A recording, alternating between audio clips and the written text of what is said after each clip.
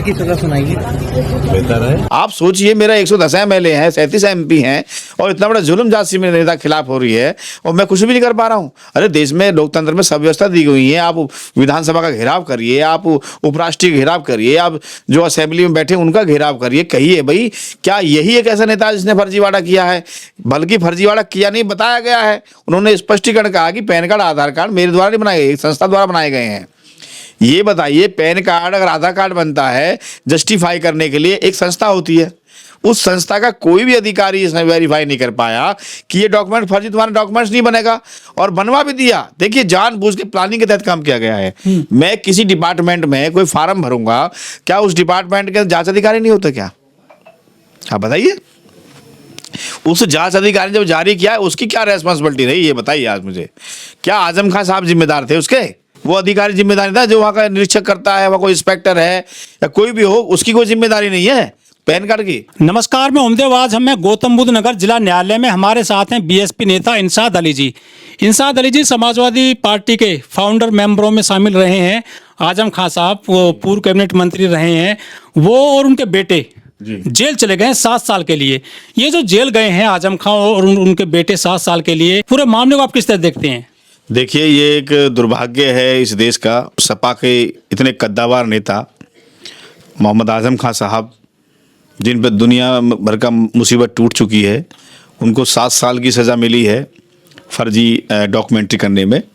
मैं ये समझता हूँ ऐसे बहुत लोग हैं जिन्होंने ऐसे काम किए हैं, लेकिन समाजवादी पार्टी ने इतने बड़े नेता को डैमेज किया। इसके समाजवादी पार्टी के पीछे एक स्क्रिप्ट है कि आजम खान साहब की राजनीति को ख़त्म करना है, क्योंकि पश्चिम उत्तर प्रदेश का, मैं कहता हूं, देश और दुनिया के मुस्लिम समाज के लोग आजम खान साहब को अपना राजनीतिक आइडल मानते हैं। इसीलिए इनकी राजनीति खत्म करने के लिए समाजवादी पार्टी के लोगों द्वारा जो रणनीति तय करी गई है, इनको डैमेज किया गया, क्योंकि ये संस्थापक थे, ना कि कोई नेता थे। समाजवादी पार्टी पिलर रहे हैं सर समाजवादी पार्टी के, वो क्यों खत्म करेंगे आजम खान साहब को? आप जो आरोप लगा रहे हैं समाजवादियों पर। मैं बताता हूँ, जब अखिलेश यादव जी माननीय 2012 में मुख्यमंत्री बने थे, तो 2013-14 के बाद उन्होंने कहा था नई सपा नई हवा, वो नारा दिया था। उस टाइम में लोग नहीं समझ पाए थे कि नई सपा नई हवा का क्या मतलब है, क्योंकि आजम खान साहब जो है, जो चुनाव जीत के आए थे 2019 में, उनकी हॉट सीट थी रामपुर लोकसभा, और समाजवादी पार्टी के ये फाउंडर रहे हैं। और जब फाउंडर रहे हैं तो जब लोकसभा में होते तो नेता प्रतिपक्ष होते आज। इसीलिए, क्योंकि अखिलेश यादव नेता नहीं बन पाता। आजम खान साहब जो वरिष्ठ नेता थे, हर आदमी आजम खान साहब को देखना चाहता था।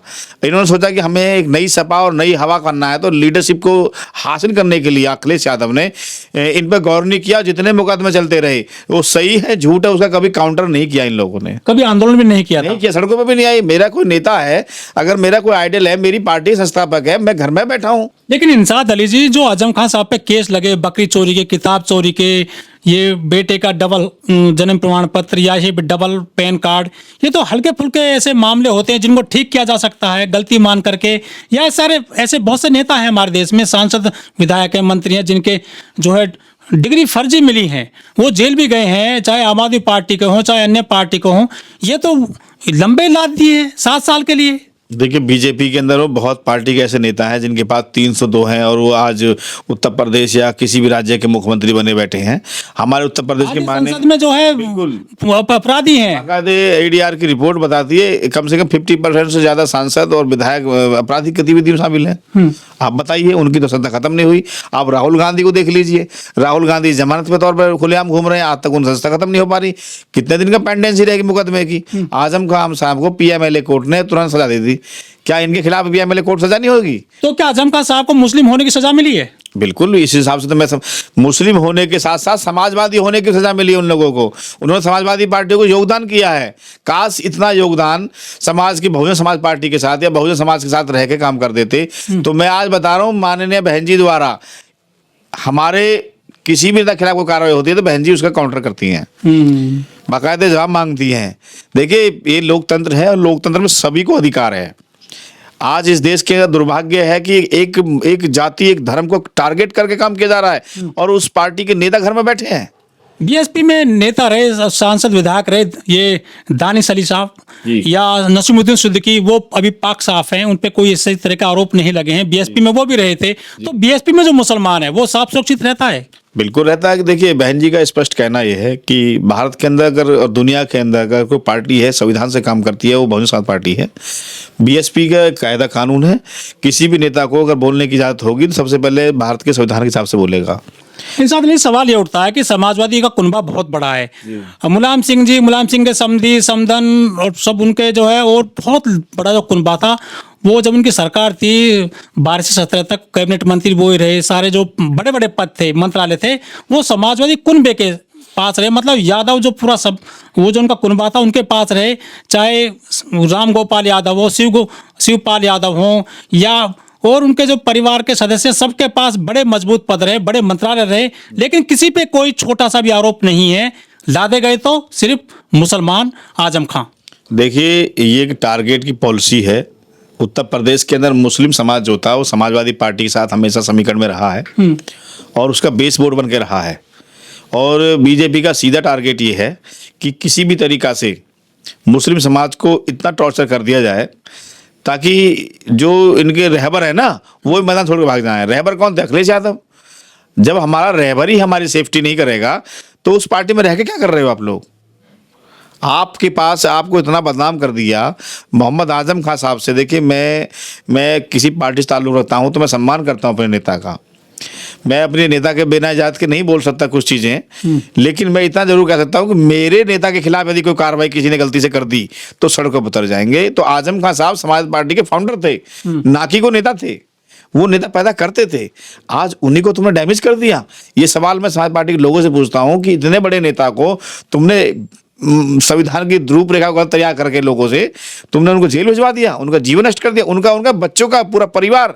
सपोज करिए कि 100 मुकदमे एक व्यक्ति पर डाले जाते हैं तो वो कितनी तारीख एक महीने के अंदर भुगतेगा? तौकीर रजा साहब भी जेल में हैं, वो समाजवादी की सरकार में राज्य मंत्री थे। देखिए समाजवादी पार्टी जितने भी मुलायम सिंह यादव के साथ के नेता थे सबको डैमेज मुस्लिम समाज को कर दिया है। ऐसा नहीं है, और भी पार्टी, शिवपाल यादव देख लो कितने मुकदमे दर्ज हैं, आज तक जेल भी नहीं गए हैं। राम गोपाल यादव के बाद कई ऐसे स्टेटमेंट से भड़काऊ भाषण, आज तक उनकी सत्ता खत्म नहीं हुई है। तो बताइए ये क्या है? खुलेआम सीधी सीधी सी बात है। ये तो धर्मेंद्र यादव जो सांसद है उनके द्वारा उनके खिलाफ मुकदमे हैं कई, और आज तक उनकी सजा नहीं जा रही।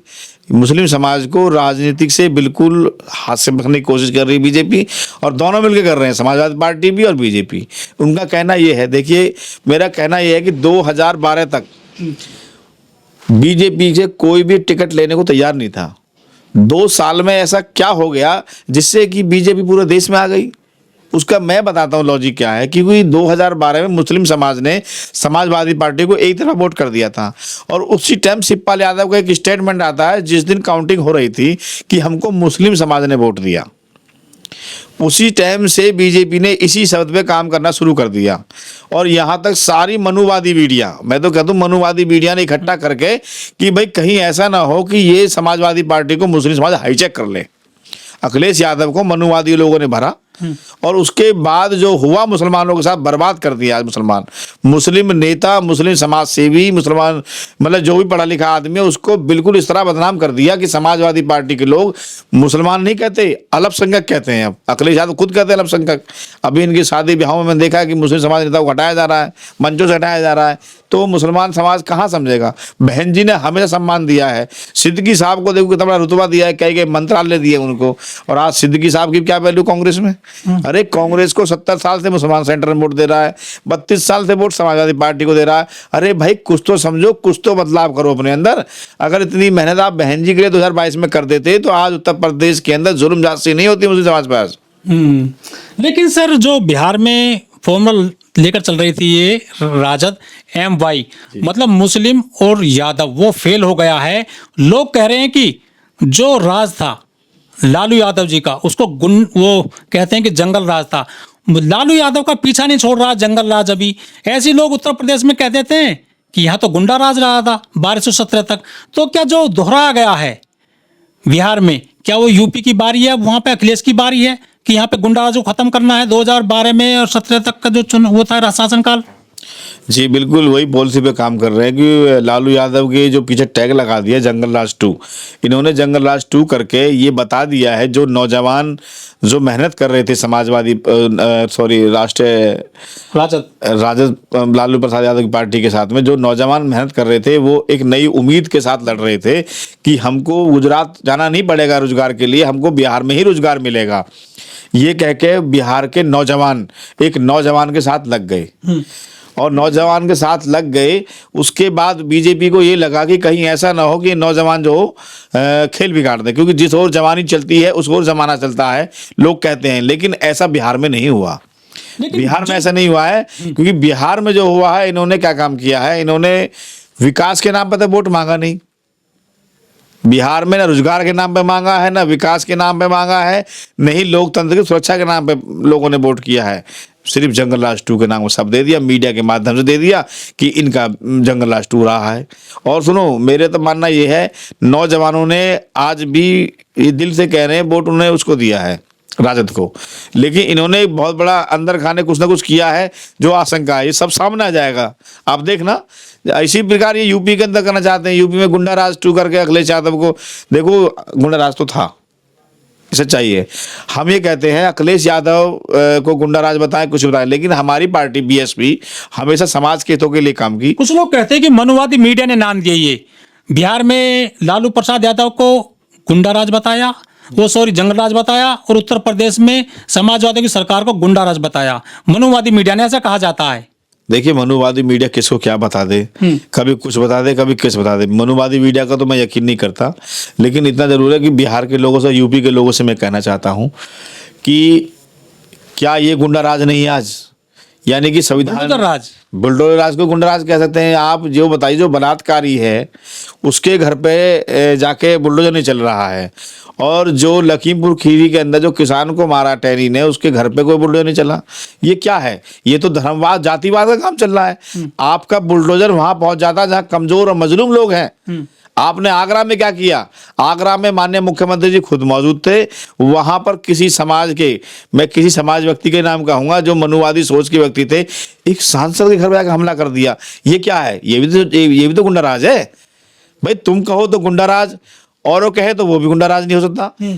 तुम दूसरे को गुंडा राज कह सकते हो, किसी को कुछ कह सकते हो। अरे हम कह रहे तुम गुंडा राज हो, बुलडोजर राज हो। क्या बहन जी की सरकार में ये सब तो था ही नहीं? बहन जी की सरकार में मैं कह रहा हूं हर व्यक्ति को इंसाफ मिला, विकास का मुद्दा मिला। आज बहन जी ने देखो सारा बहन जी काम कर रहे हैं अब तक। ये लोग कह रहे हैं कि यादवों का साथ छोड़ दिया है मुसलमानों ने, तो अगली बारी उत्तर प्रदेश की है। यदि बहन जी ओवैसी साहब से गठबंधन कर लेती हैं तो जो उत्तर प्रदेश का मुसलमान है वो बहन जी के साथ आएगा, ओवैसी का साथ आएगा, और समाजवादी पार्टी जो है पीछे चली जाएगी और भाजपा को हरा देगी। लोग ऐसे जो है अपने सवाल खड़े कर रहे हैं। देखिए, गठबंधन का तो मैं नहीं कहता, ये तो हमारी नेता तय करेगी, लेकिन मेरा अपना एक निजी विचार है। बिहार ने एक सिद्ध कर दिया है कि मुस्लिम लीडरशिप चाहता है, मुस्लिम लीडरशिप चाहता है, मुस्लिम अपना एक नेता बनाना चाहता है। ये बिहार ने सिद्ध कर दिया। और यूपी के अंदर 20% मुस्लिम आबादी है, और मैं समझता हूँ कम से कम 125 सीट मुस्लिम आबादी ऐसी है जहाँ से मुस्लिम समाज ही जीत के आते हैं, अन्य कोई व्यक्ति नहीं जीत के आता है।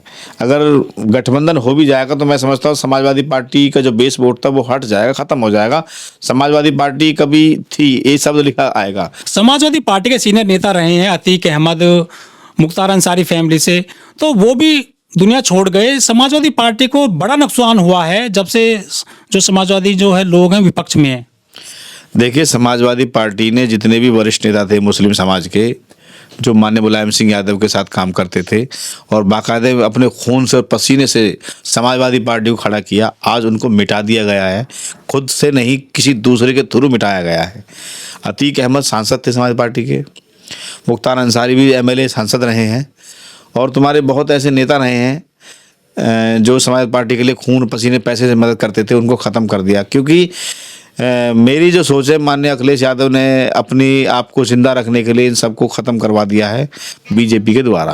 यानी कोई नेता, इतना बड़ा नेता हो जो रॉबिन हुड का काम करता था, मुख्तार अंसारी, वहाँ के स्थानीय लोग कहते थे कि रॉबिन हुड है वो, उसको तुमने दुनिया भर का माफिया बनवा दिया। ये तुम्हारी देन है सब चीज़ें, ये समाजवादी पार्टी के लोगों की कमजोरी है कि अपने नेता को खत्म करवाना, क्योंकि समाजवादी पार्टी नहीं चाहती कि मुस्लिम नेतृत्व हमारी पार्टी में हावी हो। इसलिए मुस्लिम समाज से मेरा कहना है, मुसलमानों कब जागोगे? तुम्हारे इतने बड़े बड़े आइडियल नेता को खत्म कर दिया गया, उन्हें गुंडा माफिया तक बता दिया गया। अब देखो बिहार में क्या हुआ, बिहार में शहाबुद्दीन को मरवा दिया, गुजरात में क्या जाफरी को मरवा दिया कांग्रेस ने, सोहराबुद्दीन को मरवा दिया। ये सब 27-28 साल पहले जो कांग्रेस बैठती थी गुजरात में, आज वहाँ कैसे बैठी है बीजेपी? कि आज भी अगर तुम्हें जिंदा रहना है, अपनी राजनीति जिंदा करनी है, अपने बच्चों का भविष्य बनाना है और अपने बच्चों के अंदर ये यकीन पैदा करना है कि पढ़ लिख के हम नौकरी मिलेगी, तो संविधान की बनाई हुई ताकत और बहन जी की बनाई हुई ताकत को मजबूत कर दीजिए। 2027 में बहन जी की सरकार लाइए। मैं ज़्यादा बड़ी बात नहीं करता हूं, क्योंकि वादे ऐसे नहीं करूंगा। सत्ता बनने के बाद बहन जी काम करती हैं और बहन जी ने काम करके दिखाया है।